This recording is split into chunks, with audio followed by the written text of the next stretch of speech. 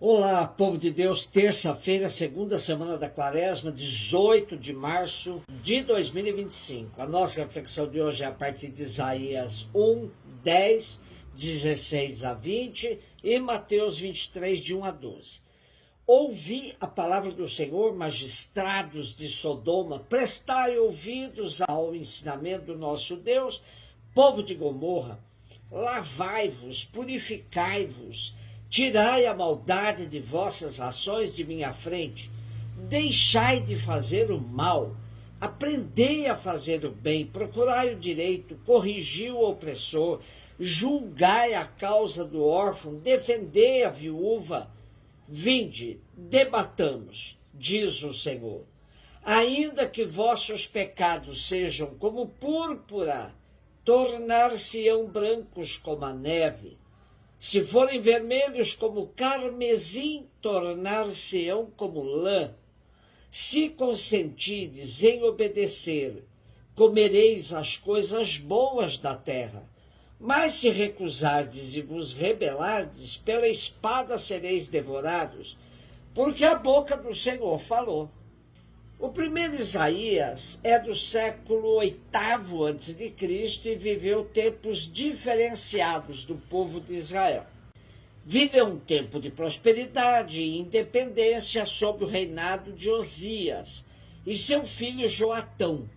Também conheceu a guerra sírio-efraimita sob o reinado de Acás, filho de Joatão, e presenciou o movimento anti-assírio.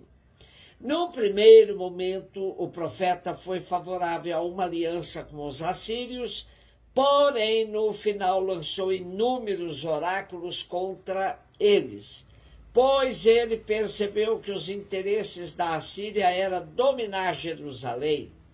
Na primeira época de sua pregação, no tempo do rei Joatão, Isaías lutou contra a cobiça, o luxo e a injustiça, contra os oprimidos, os órfãos e as viúvas. No trecho de hoje, Isaías compara Judá com as cidades que foram destruídas por sua corrupção e perversão, Sodoma e Gomorra. Porém, se o povo se arrepender e se converter, Deus o abençoará com muita abundância e felicidade.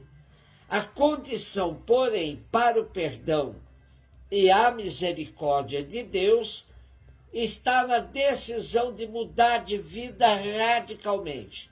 Assim mesmo que os vossos pecados sejam como escarlate, se tornarão brancos como a neve, e mesmo que sejam vermelhos como a púrpura, ficarão brancos como a lã. Se fordes dóceis e obedientes, comereis os bens da terra. Assim, então, Isaías promete, oráculo do Senhor, coisas boas, belíssimas, vida em paz, para quem se converte. A condição é a conversão. Creio que não fica dúvidas que há na visão do profeta Isaías uma disposição bem explícita da parte de Deus de perdoar o povo, mas este tem que decidir-se por uma nova forma de vida, onde o direito e a justiça sejam respeitados, sobretudo em relação aos mais fracos, órfãos e viúvas. Mateus 23, de 1 a 12. Jesus falou às multidões e seus discípulos e lhes disse: os mestres da lei e os fariseus têm autoridades para interpretar a lei de Moisés. Por isso deveis fazer e observar tudo o que eles dizem, mas não imiteis suas ações, pois eles falam e não praticam. Amarram pesados fardos e os colocam nos ombros dos outros, mas eles mesmos não estão dispostos a movê-los, nem sequer com um dedo. Fazem todas as suas ações só para serem vistos pelos outros. Eles usam faixas largas com trechos da Escritura na testa e nos braços e põem na roupa longas franjas. Gostam de lugar de honra nos banquetes e dos primeiros lugares nas sinagogas. Gostam de ser cumprimentados nas praças públicas e de serem chamados de mestre. Quanto a vós, nunca vos deixeis chamar de mestre, pois um só é vosso mestre, e todos vós sois irmãos. Na terra não chameis a ninguém de pai, pois um só é o vosso Pai, aquele que está nos céus.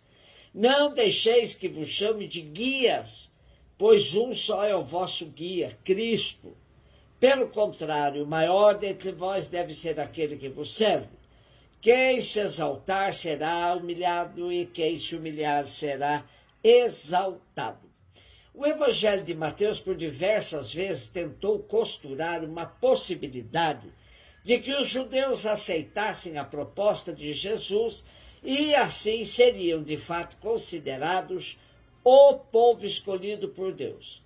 Há momentos em que Jesus, inclusive, diz que veio preferencialmente para as ovelhas perdidas da casa de Israel.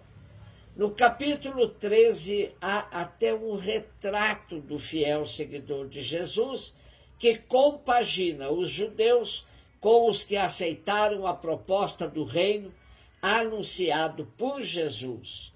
Todo escriba que se torna discípulo do reino dos céus é como um pai de família que tira do seu tesouro coisas novas e velhas. Porém, tal combinação não é nada fácil, e o Evangelho de Mateus vai num crescendo com a oposição a Jesus e ao seu reino. Quando chegamos no capítulo 23, como é o nosso texto de hoje, o conflito já está em ponto de ruptura mesmo. Jesus fará um dos seus discursos mais críticos aos que se opõem a ele, mostrando que não há como continuar tentando um diálogo com os que se apegam à lei, como os fariseus e escribas. Denuncia a hipocrisia deles e faz uma advertência muito dura sobre escribas e fariseus, dirigida às multidões e aos discípulos. Se observarmos bem, Jesus sempre teve palavras duras a todos os que pretendem ocupar cargos de mando. O discurso de hoje é forte contra toda e qualquer hierarquia. A ninguém chameis de mestres, de pais ou de guias. A única hierarquia admitida por Jesus é a do serviço. Quem quer ser o maior, seja aquele que serve. As estruturas da igreja sempre vão se chocar com a proposta de fraternidade, de igualdade entre os irmãos e irmãs feita por Jesus a todos os seus seguidores. Quando vemos uma estrutura com cardeais, arcebispos, bispos, titulares, coadjutores, auxiliares, monsenhores, cônegos, reitores e outros títulos, ficamos pensando como viver tudo isso frente à simplicidade exigida por Jesus no Evangelho. Ainda sonhamos com uma igreja mais irmã, mais fraterna, sem ostentação de tantos títulos, que muitas vezes mais nos afastam do que nos aproximam. São Carlos de Foucault nos convida a buscar sempre o último lugar. Tal espiritualidade nos ajuda a viver o Evangelho com mais radicalidade e autenticidade. Um beijo no seu coração.